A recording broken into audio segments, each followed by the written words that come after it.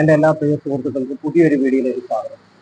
ഇന്ന് നമ്മുടെ പുതിയതായിട്ട് നിങ്ങളെ പരിചയപ്പെടുത്താൻ പോകുന്നത് നമ്മുടെ ഈ ക്ലച്ച് സംബന്ധമായിട്ടുള്ള ഒരു വിഷയമുണ്ട്. ഈ ലേഡീസ് വണ്ടിക്ക് എല്ലാം ക്ലച്ച് സംബന്ധമായിട്ടുള്ള വിഷയമുണ്ട്. അതാണ് ബെൽറ്റ് പൊട്ടും. ബെൽറ്റ് പൊട്ടുക എന്ന് പറഞ്ഞാൽ കാരണം ക്ലച്ച് അഴിച്ച് ഗ്രീസ് ചെയ്യുന്നില്ല.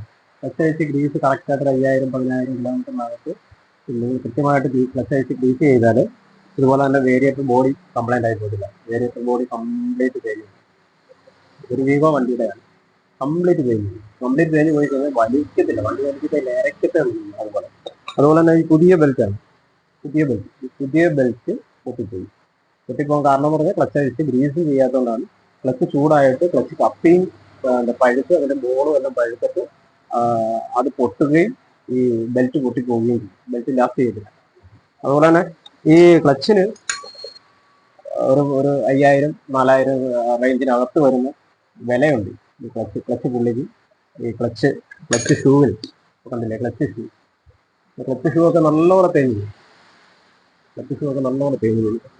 അതുപോലെ തന്നെ ക്ലച്ചിന്റെ ഔട്ടർ ക്ലച്ച് ഇതിനകത്തും തടവാണ്.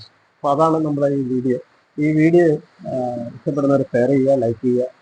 അപ്പം അടുത്തൊരു വീഡിയോ ആയി കാണും വരെ എല്ലാവരും ഹായ്.